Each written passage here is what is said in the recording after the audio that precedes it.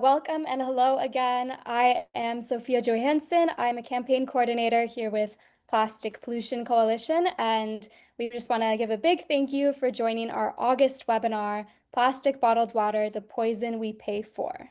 A little bit more about us. Plastic Pollution is a nonprofit communications and advocacy organization that collaborates with an expansive global alliance of organizations, businesses, and individuals to create a more just, equitable, and regenerative world free of plastic pollution and its toxic impacts. We have 4 poll questions today also to get a sense of who is joining us. Our first question is, where are you joining us from today? Looks like vast majority from North America, but some from Europe and also Australia. So thank you all. Our next question, what best describes the area of focus of your work?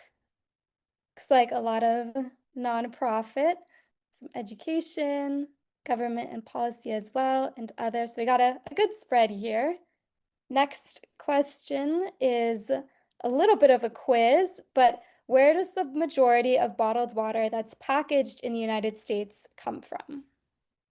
It's like most people are saying municipal water systems, and that is correct. So maybe not so much of a surprise, but yes, it is mostly tap water and then also largely groundwater.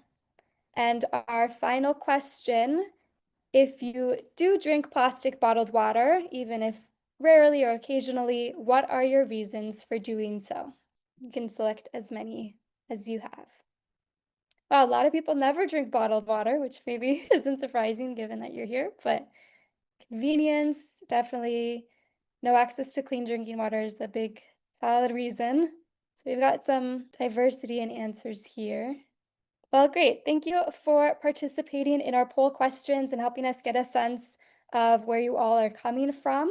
Today, we are going to be hearing from some excellent panelists, Mary Grant, Daniel Jaffe, and Amira Ode Quiñones on a very important topic, safe drinking water.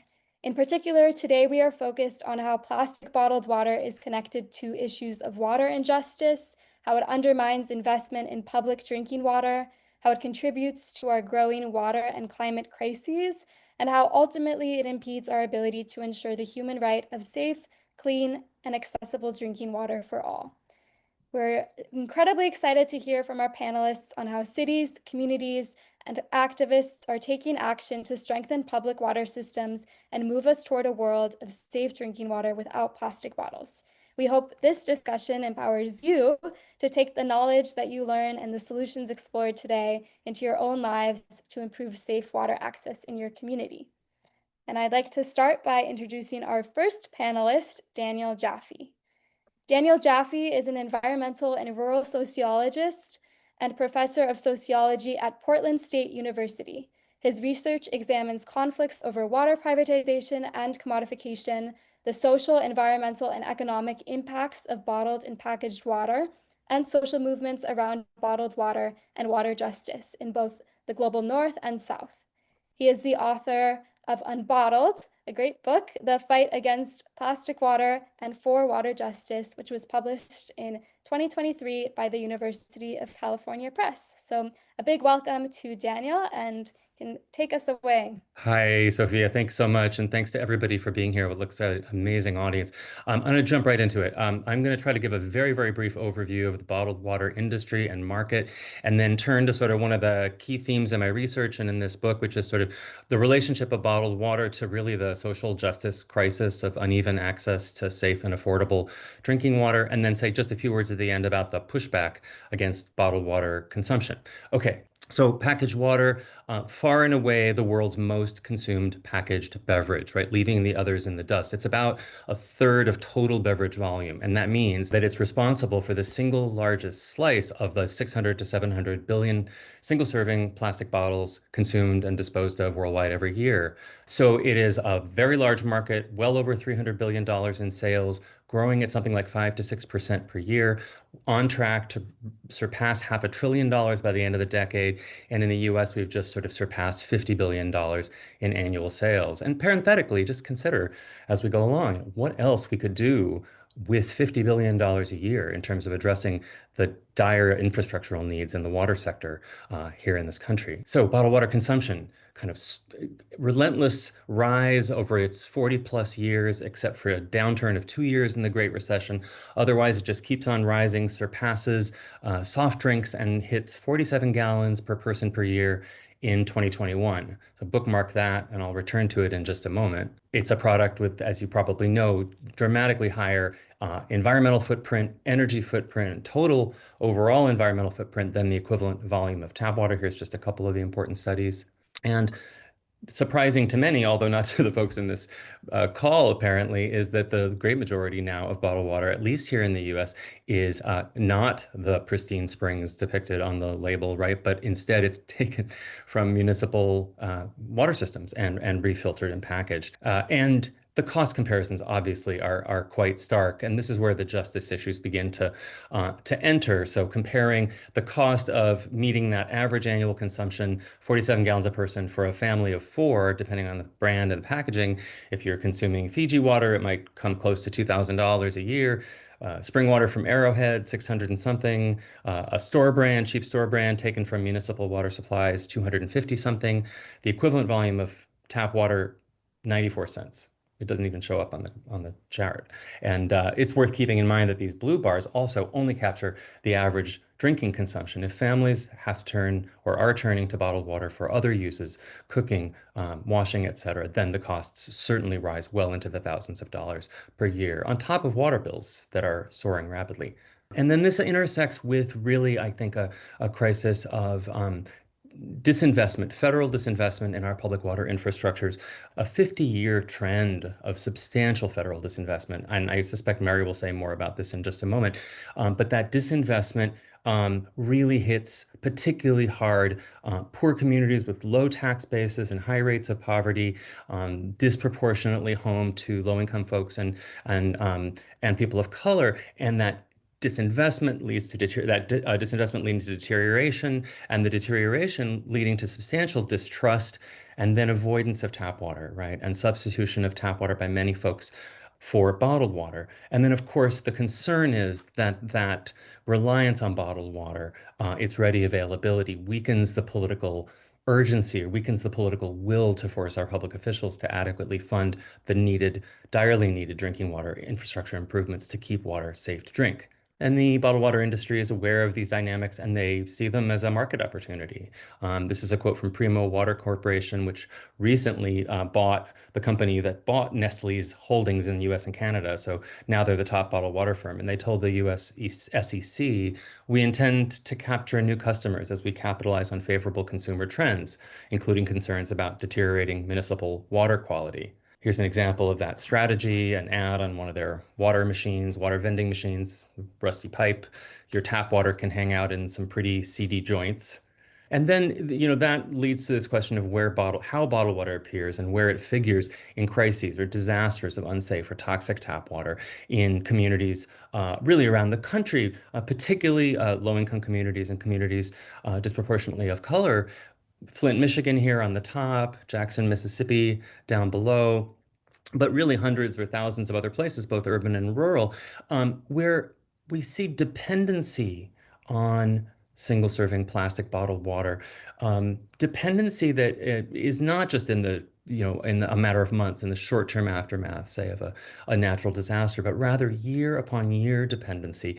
In Flint, we're going on a decade, and free distribution has ended, but many people distrusting the tap profoundly and relying on packaged water. And I think that this dependency for me is really a signal of water injustice.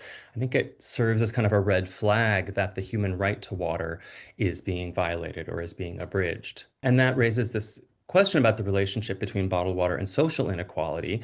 There's this sort of traditional story, which is that people with discretionary income buy more bottled water. But a raft of studies has really shown over the last 20 years that the exact opposite pattern is true, and that bottled water spending turns out to be inversely correlated with income. Those with the least amount of money consume the most.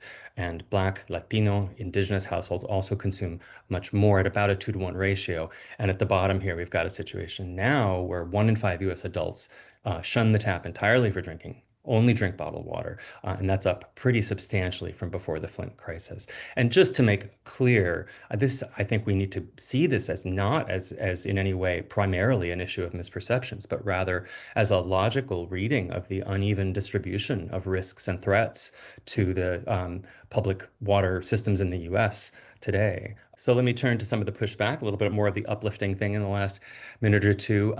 A constellation of efforts that many of you may be part of these that I sort of lump together in what I call the reclaiming the tap facet of the pushback against bottled water consumption. There's interesting activism happening at the extraction side as well, but bottled water consumption, and it's really a panoply of activities from local city governments, nonprofit organizations, institutions, small businesses, universities, and others to both restrict or ban the sales of bottled water, ban its sale on university property, or ban its purchase by city government or sale on city property, but simultaneously to build out access to clean drinking water in public spaces. So these shiny new networks of filtered refill stations, water fountains, window stickers saying you can come in and refill your bottle for free, apps like the Refill app, 350,000 locations of where you can find your nearest refill point. It's all sort of coming together in a synergy. Large cities around the world are passing these policies. Something like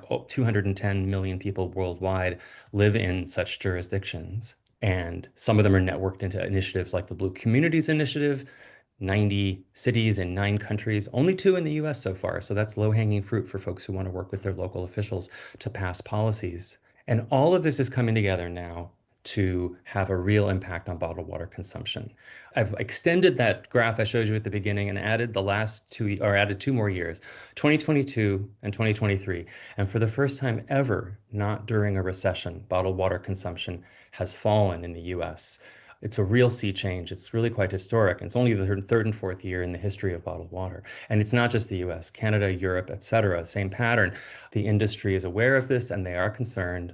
They see refillable bottles as one of the biggest risks to sales of bottled water.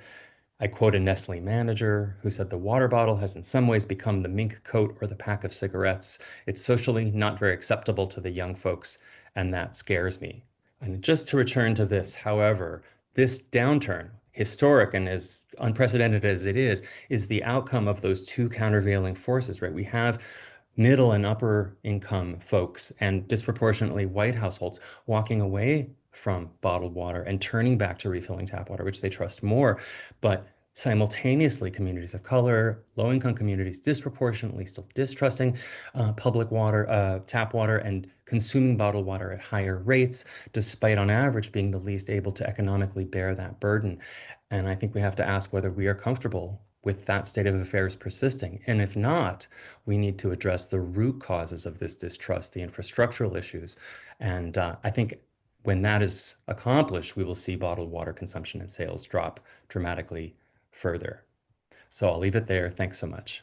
Thanks so much, Daniel. That was an excellent presentation and a lot to dive into there that I'm sure we'll discuss more in our Q&A section as well. But now I'd like to introduce Amira Ode Quiñones. Amira is the Senior Organizing Specialist for the Caribbean Climate Network at 350.org and a geographer with a Master's of Science degree in Water Resources from the University of Puerto Rico. At the University of Puerto Rico, Amira organized to ensure accessibility to clean water and reduce plastic use. Amira has led work in reforestation, food security initiatives, and international climate activism in the Caribbean. And we are so excited to welcome Amira. You can take us away now.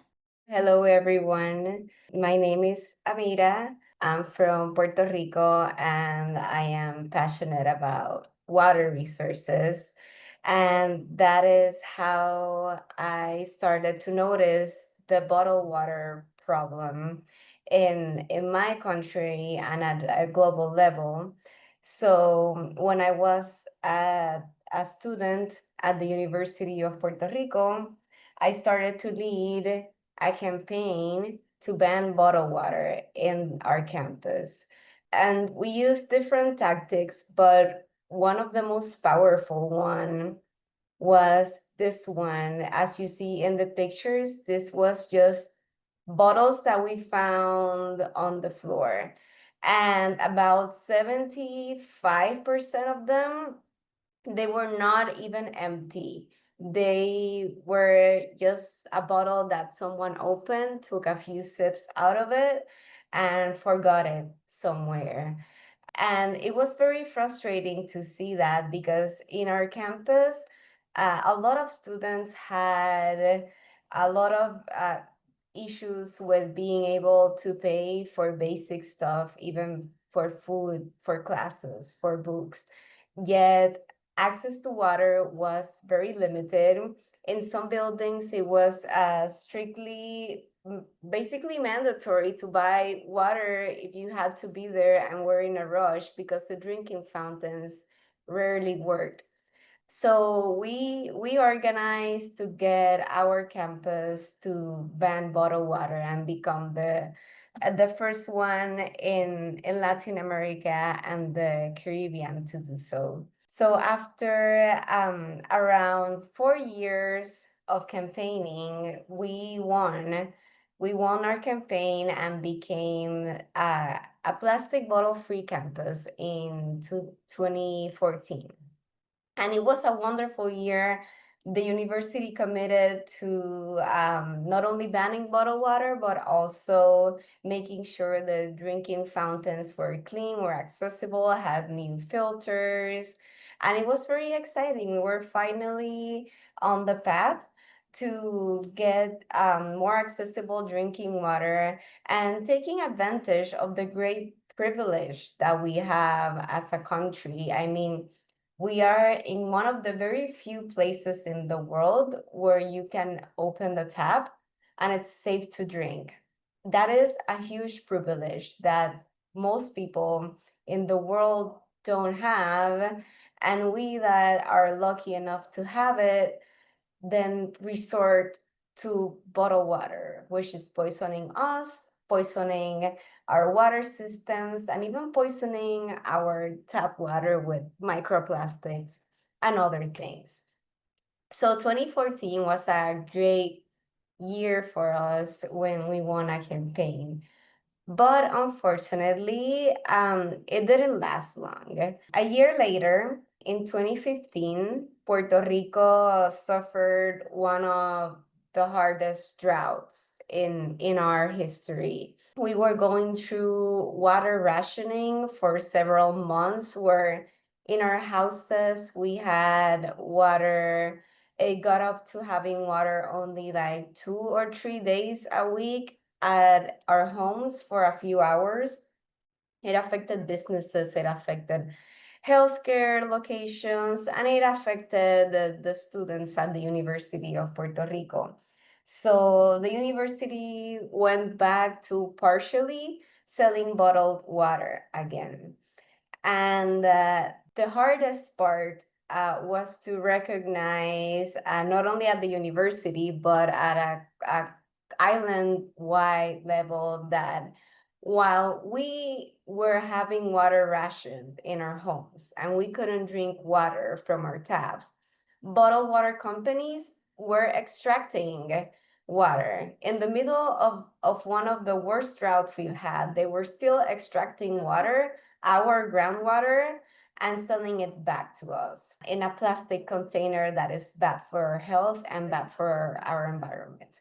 And that just doesn't make sense why the government would allow this to happen. It's our water, and they're still making the profits, and their profits were worth more over than our health and our accessibility to water.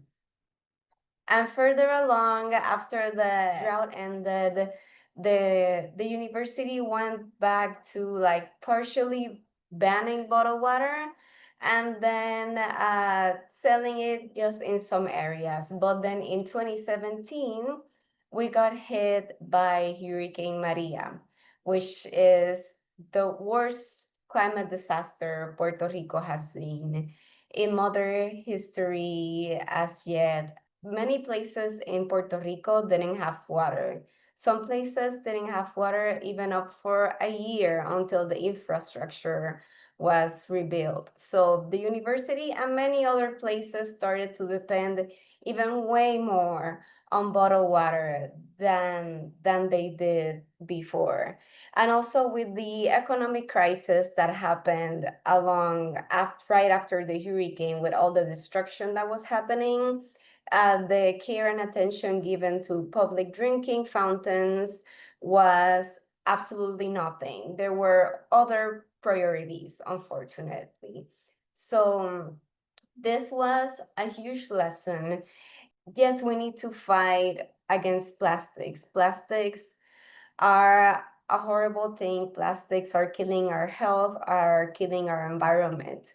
But also we need to push for systems that don't allow this polluting industry to continue to control us. We need to demand the basic rights. Water is a basic human right, and it shouldn't be sold to us. No matter the issues, we should be first fighting for and finding ways to get access to safe drinking water for everyone. And by safe, I mean for us, for the planet, for every single living thing.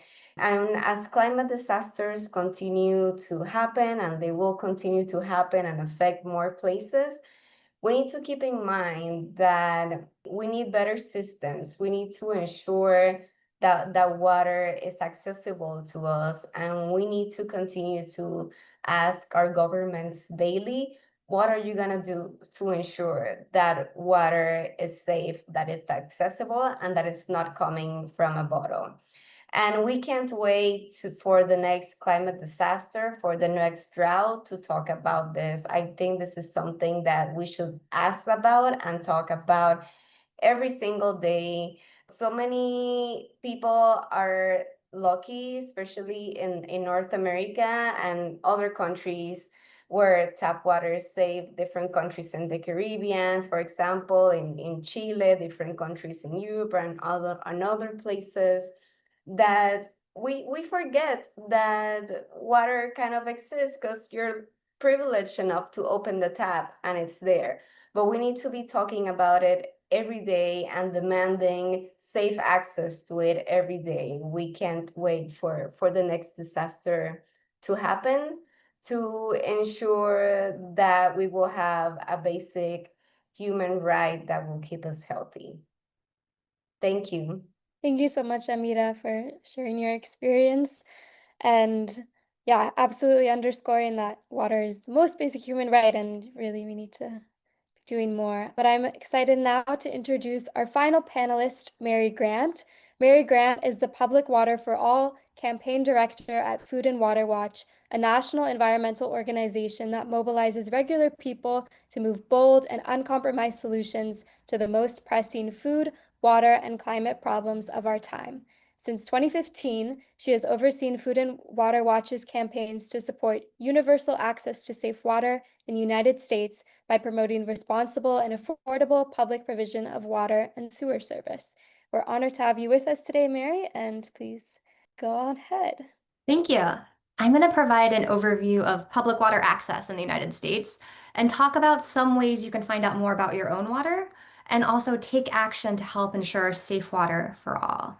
There are a lot of reasons why we need to reject bottled water and commit to safe tap water for all. You already heard from the earlier panelists, but a key reason is about equity. Every single person deserves access to safe water, and public water service is the only real way we can achieve universal access. With tap water, we come together with a shared responsibility to build the distribution lines that can reach every household and more cost-effectively build the treatment plants that everyone needs to remove toxic contaminants from our water. Importantly, nearly 90% of people on a water system receive their water service from a publicly owned utility, typically their local government. And this provides direct local control over the big decisions about your water. What prices are charged? What projects are invested in? Like, are you replacing lead service lines with copper ones, not plastic? And so much more. Our public water utilities manage water supplies for the long term. They invest in watershed protection and water conservation. Well, bottled water companies nowadays are largely controlled by private equity firms who especially have short-term thinking for profit maximization and no commitment to protecting our invaluable water resources. And you heard it before, but tap water is also so much more affordable. Bottled water can be thousands of times as expensive, even though most of it is just bottled tap water. And that's because with tap water, we aren't paying for all the plastic in the bottles, the transportation around the country and the planet. Water stays more local.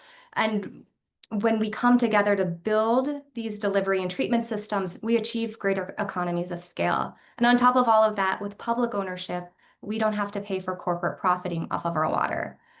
Our tap water providers are also far more transparent. You can submit information requests to your local government, attend public meetings and hearings about their plans, and crucially, you have a legal right to know what's in your water. You can receive all information about water quality tests. In fact, this is a key health benefit of tap water, that greater transparency and frequency of testing for contamination. So you can see on this slide, another key health benefit of drinking tap water is that you reduce your exposure to microplastics. This is common sense, but studies have verified that plastic bottled water has far more micro and nanoplastics than tap water has. There are also microplastics in tap water too, though just at a much lower level. We're working on a campaign right now for monitoring for this in tap water because plastic, including from bottled water waste, can pollute our waterways and our water sources. We also know that some communities lack reliable access to safe tap water. In the United States, nearly 500,000 homes lack complete plumbing. There are rural homes with contaminated household wells, some naturally, but many because of corporate polluters, including industrial agriculture and fracking. Nationally, federal disinvestment in safe water, as you heard before, has harmed communities of color, rural communities, and low-income communities disproportionately. So here's a timeline of federal funding for clean water. You can see federal support peaked in the late 1970s, nearly 50 years ago. It peaked. The bipartisan infrastructure law provided a 5-year boost in funding, but that runs out next year. And the Trump administration has proposed to outright eliminate the main source of federal funding for safe and clean water. What does that disinvestment mean for people? One of two things typically. First, it means utilities make these improvements on their own by hiking water bills, leading to less affordable service, mounting water debt, and even water shutoffs. Already, 1/5 of households are in water debt, and nearly 15 million people experience a water shutoff in the United States each year. And federal disinvestment can mean less safe water for people. While more than 90% of people in the United States receive water service that meets all health-based standards, there's still about 24 million people that didn't get that same quality service in 2023. Water contamination is more likely to affect Indigenous communities, environmental justice communities, rural communities, low-income communities. There are other threats, including lead pipes and lab-made contaminants like PFAS. But bottled water, again, is not a solution. You heard it before. It is just simply unjust to force any community to rely on bottled water, leaving the people least able to afford the cost of bottled water as the ones forced to pay it. The real solution is to fully fund safe water at the tap in every community. So I'll talk more about how we can do that at the end. But first, there were some questions submitted about what to do about your own tap water. So I want to cover two pieces pretty quickly. First, how to find out about your own water quality. As I mentioned earlier, public tap water means more transparency. If you're on a water system, your utility is required by law to send you a copy or a link to a copy of your annual water quality report every year by July 1st. In this report, they'll list all the chemicals that they tested for and what they found. If you're on a household well, unfortunately, you'll have to do your own testing. We recommend always using a state-certified lab to control for quality. So once you know what's in your water and what your water quality report says, you can find a filter that's best for your home if you decide you need one. Make sure the filter is independently certified by NSF or the American National Standards Institute to remove the contaminant that you're concerned about. So you can check out our guide for reading your water quality report and finding a filter and the link that I'll share in the chat in a little bit. But ultimately, what we need to make sure is that every community has safe water at the tap. And that will require a strong federal commitment to support these critical investments that are needed. So right now, there are two actions that you can take. Immediately, we need Congress to reject proposed cuts to water funding in the spending bill. Congress is going to come back from its August break right after Labor Day, and they need to pass the annual spending bill by September 30th to avoid a government shutdown. Unfortunately, the proposals on the table right now cut hundreds of millions of dollars from water funding. We need folks in the US to contact their members of Congress to tell them to reject these cuts and fully fund safe water. Long term, we need to pass legislation like the Water Act that will create a trust fund to fully fund our community water and wastewater systems at the level that is necessary to ensure safe, clean, and affordable water for everyone. So thank you all again for joining today, and I'll hope you'll join me in taking action in the links in the chat box. I know we've covered a lot, so I'm going to turn it back to Sophia for some questions. Thanks so much, Marion, for already kicking us off with some great action items. I know everybody really is searching for something that they can do. And so I think that's super, super helpful to have some tangible ideas already. But yes, as you said, we're going to move on to the discussion part of our panel. So all panelists can come back on camera. And I'll start by asking our panelists some questions submitted by attendees ahead of time. But please feel free to continue asking questions in the Q&A feature, and we'll do our best to answer them live. And so I'm going to start off with a question that a lot of people had, and I think even was re-echoed in the Q&A already, and you've all touched on, but if you could just speak again to how we can really start rebuilding trust, or maybe build from the get-go trust in municipal water systems. And I'll pass over to Mary first. That's a great question. I think the heart of it has to be recognizing, like Daniel said, that there are real issues and that people don't trust it for valid reasons, and that we need to really fully fund our water systems to restore that federal commitment to safe water. And we need to build infrastructure systems that people can count on and rely on. And then beyond that, we also need folks to understand their role in water delivery in the United States. These are local government systems mostly, so you can take a more active role in your own water system. And I think having more direct participation in the workings of our local government can really restore a lot of trust, but because it lets people know that they're the ones in charge of those major decision makers, the local officials who run the systems. So letting people know that their role in government can go beyond voting. It's about showing up to meetings, town halls. It's about reaching out to your elected officials and holding them accountable to make sure that water is safe for all. And I think that building this movement of people who are holding our elected officials accountable is how we restore trust, because it's building that trust at the very local level through these that direct control and ballot box accountability. Absolutely great answers, and can pass over to Amira as well if you like from your perspective to take this one on. Yeah, I completely agree with everything that Mary mentioned, and we definitely need to do that. We need to continue asking our elected officials for this.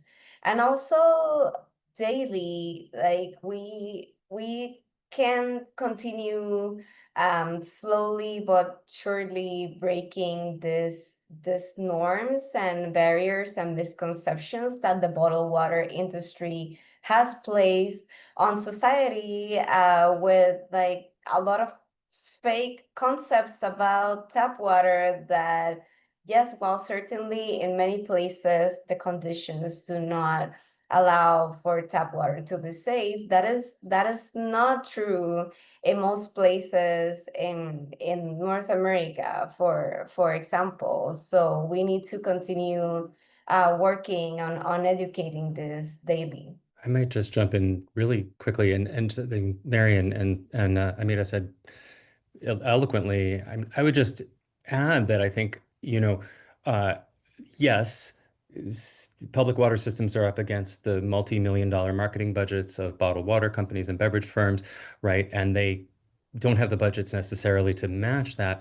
But and there are certainly some laudable exceptions to what I'm about to say, but I think in general, say in the US, I don't think public water utilities have maybe done everything they can to promote the quality, the ultra high quality and safety of public tap water, which in most cases is just, extremely safe, incredibly more sustainable and affordable. And I would really love to see water utilities out there in that terrain of competing on the marketing, if you want to call it that, to promote this incredible treasure that we have, which is our shared public water systems, this collective asset we own. And then it may also take nonprofit organizations who work with communities who are affected and trusted by these communities to communicate as well. But the interventions have to be made in order to restore trust. Absolutely. Thank you. I think you all touched on very important different parts of the issue. And yeah, I know we've also said it before, but just reiterating that, yeah, tap water in the United States is regulated far more and tested so much more often than bottled water is. So I think actually to that point, there was another question, which Amira, maybe you can start us off with, about what communication strategies you've used that have been effective in changing minds around drinking tap water, especially as you've mentioned in cases where it is safe to drink and you might not even need a filter, but people are still lacking trust in the public water system.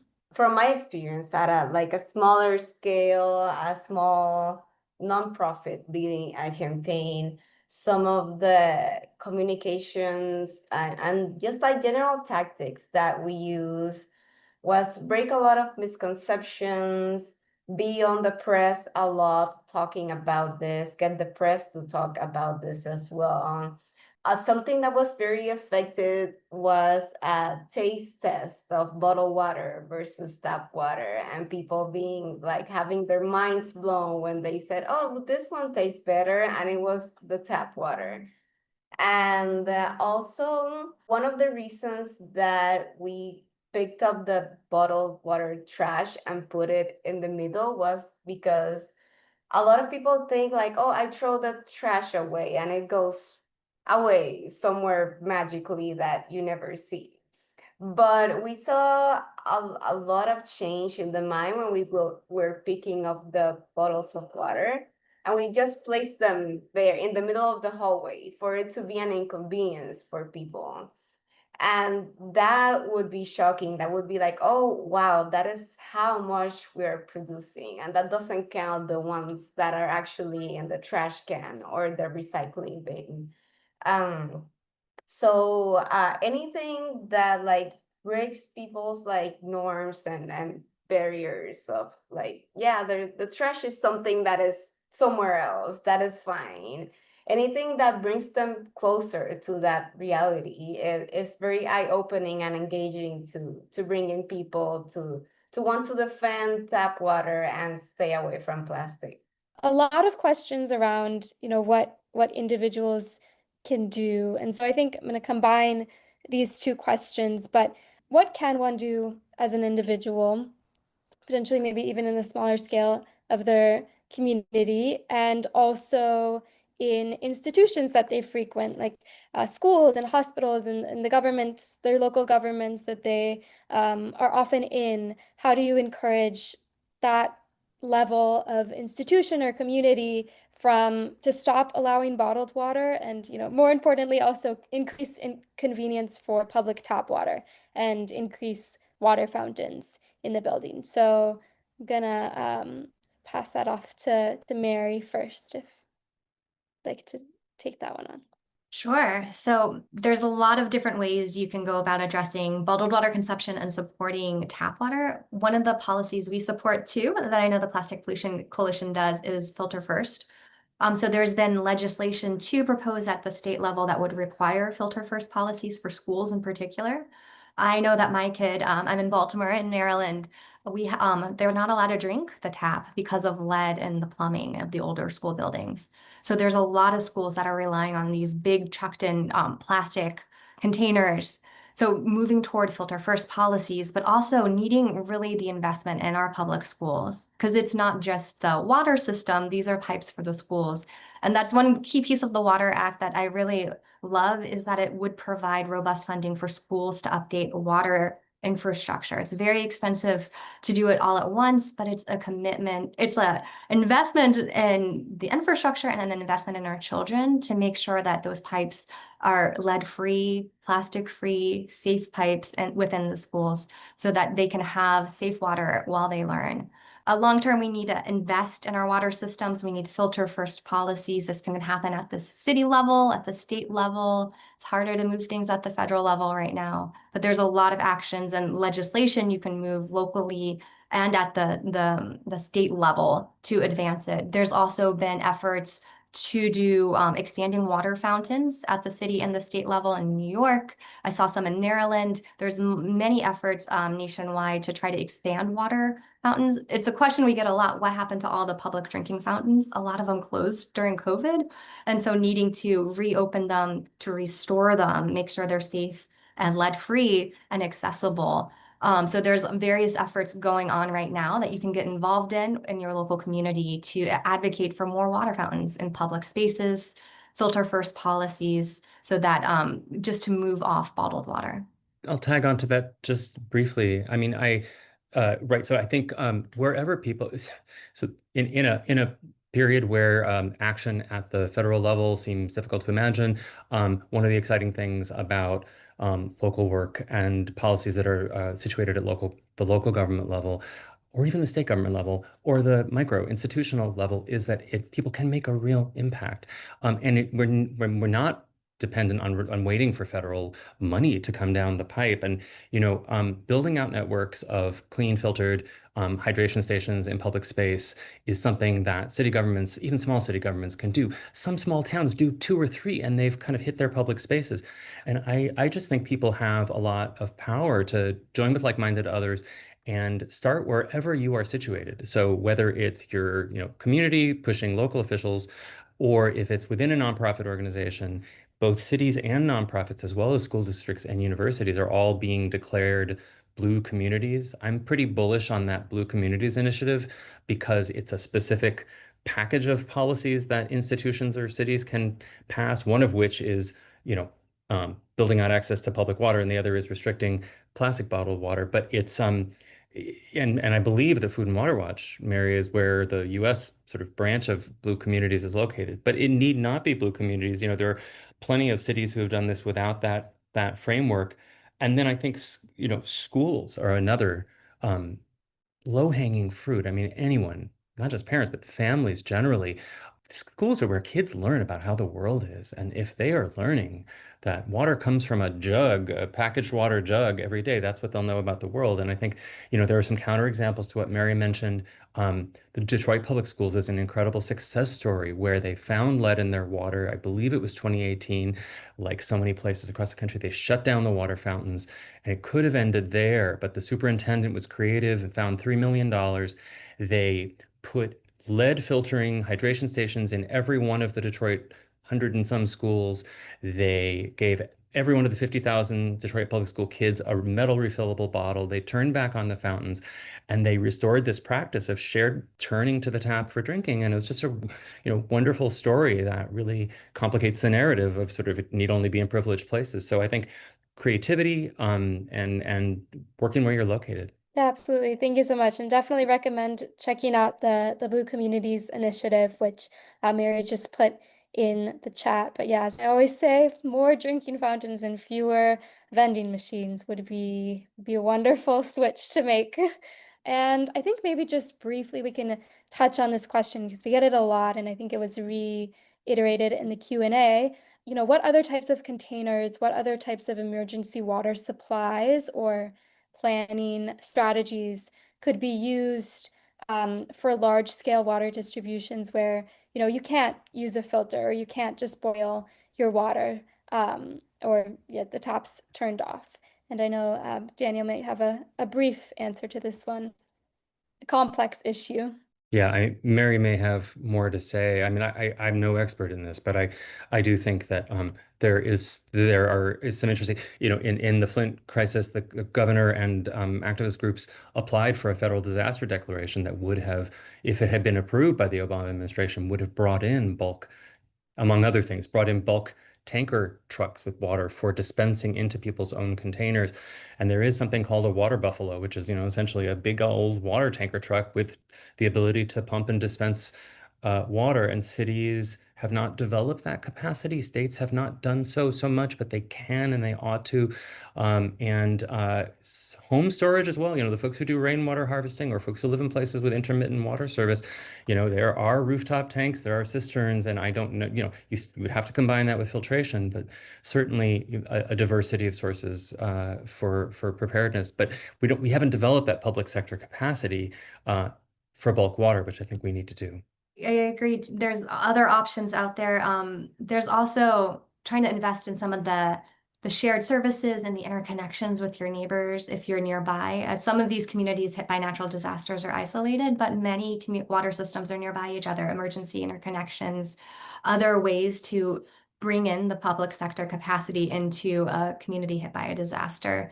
And to restore service to people who lose it is another option too. But water buffaloes, we've seen them used before. And it also reduces a lot of the plastic waste that comes after a natural disaster too, because it's the thing when you get reliant on bottled water during a disaster, then you have all these bottles that have to be cleaned up, and it's another cost and expense for a community facing a natural disaster that people don't often talk about. Thank you for adding that. And sometimes an unwanted, if just donated excess plastic can become a huge burden in certain emergency situations. But I want to thank you all and also give you the space to maybe say some closing final remarks. Leave us with any more action items. I know there's been a lot today already out there for folks to do, but if you'd like to just hop on and say some few last words, and maybe we can start with Amira. Just want to add that the same as we talk with a just transition to renewable energy, where we talk a lot about decentralizing the energy systems and putting them in hands of the community. A lot of these problems with access to water would also be fixed in certain locations with decentralizing water systems. Rainwater catchment systems, using our own local aquifers, being in charge of our own watersheds instead of allowing companies to take over. And of course, this is not as simple as it sounds. This comes at a cost. We need to organize, we need to ask governments to commit, but it's also not impossible. And as we continue to face the climate crisis, we will need to continue to focus more on making sure that our systems are set to handle crises before they happen, so that we don't have to wait for the emergency to wonder where are we going to get our water from, especially if it's coming from a plastic bottle. And apart from that, I always say talk about water every single day. Make a time to think, like, what about water today? What am I grateful for? Where does my water come from? Go find where your tap water comes from. Go to that river, visit it, fall in love with it. We can't protect the things that we don't love and we don't feel close to. So that's my invitation for you today. Yeah, I love that. Always be thinking about and talking about water. I know all my family and friends hear about me talking about water all the time. And I'll pass to Daniel. One thought is on the justice issues. I guess I feel like, it's important to wrestle with these issues, and it's complex. I think we can't sweep real problems and threats to water safety and water quality under the rug because people distrust tap water for reasons and are logically reading the situation with threats. But at the same time, I think we don't have to sort of accept the state of affairs where we have kind of a two-tiered water system, effectively sort of consigning part of our population and part of the global population to sort of permanently live in this kind of costly bottled water world, right? There are ways to restore access to reliably clean, safe drinking water for all. And I think that should be kind of the beacon, that should be the vision. Then the other just quick thought is that I think that, it's important to keep in mind these single-use plastic campaigns and this sort of refilling movement, it is working. It is having an actual impact. And I think it's important to sort of see that, it's beginning to affect sales around the world. For the first time, consumption of bottled water worldwide is projected to sort of flatline. And so people should see that and celebrate that and build on those successes. It's very encouraging words this time, and I'll close off with Mary. I just want to reiterate that safe water is non-negotiable. Every single person deserves access to safe and affordable water service at the tap. And if you're in the United States, I want to lift up once again that right now is a really great moment for you to reach out to your Congress member and demand that they reject cuts to funding for safe water and to fully support safe and affordable water in our community. So I'm going to put an action link once more in the chat box. It's easy action, but then you can do more than that. You can call your member of Congress. You can reach out to them, show up at their district office. They're in district right now for another until the after Labor Day. Go show up to their offices, town halls. Hold them accountable to make sure that everyone has safe and affordable water. It's a good moment to do it. September deadline. So that would be an action I urge you all to take right now. And then you can also get more involved in your local community and realize that our role in government, again, goes beyond voting. Our government is supposed to represent us and be us. And so we need to get involved in our communities and push for the policies that we need to ensure that everyone has safe and affordable plastic-free water. So I urge you to get involved in your local communities as well, to the extent that you can. I know people have different priorities and different responsibilities, but know that your role in government can go far beyond just voting. You can get involved or hold your elected officials accountable because they work for you. So that would be my conclusion is just to urge you all to once again take action right now. If you're in the United States, to urge your Congress member to support safe funding for everyone right now, and then go a step beyond and get involved and realize that your role in government can be much more than just voting. Yeah, thank you so much, Mary. There's a lot of awesome action items today, and you're right that this is a very apt time before they're back in session in September. So yes, definitely call. And I just want to say, yeah, thank you again to our panelists, Mary Grant, Daniel Jaffe, and Amira Ode Quiñones for joining us today and providing so much useful information and such a rich and valuable conversation. And we'd like to ask you to remember that free events like this are made possible through your support. So if you enjoyed today's discussion, please consider making a donation so that we can continue to amplify the voices of plastic pollution solution advocates from around the world. Also important to note that this is our last webinar of 2025, as we will be presenting the TEDx Great Pacific Garbage Patch, an all-day live-streamed event on Saturday, November 8th, 2025. The event will feature speakers, videos, musical performances, and more, all addressing the vital question, how do we solve plastic pollution by 2040? We'll address topics including microplastics and human health, policy, innovation, environmental justice, climate change, and more. So please sign up to be on the list for more information and to join the live stream talks on November 8th. We'll also be sharing the recording of today's webinar in the coming days, and our 2026 webinar series will kick off in January. So please be on the lookout for more details in December. And if you haven't already, we invite you to join our global coalition. It is free to join as an individual, business, or nonprofit organization.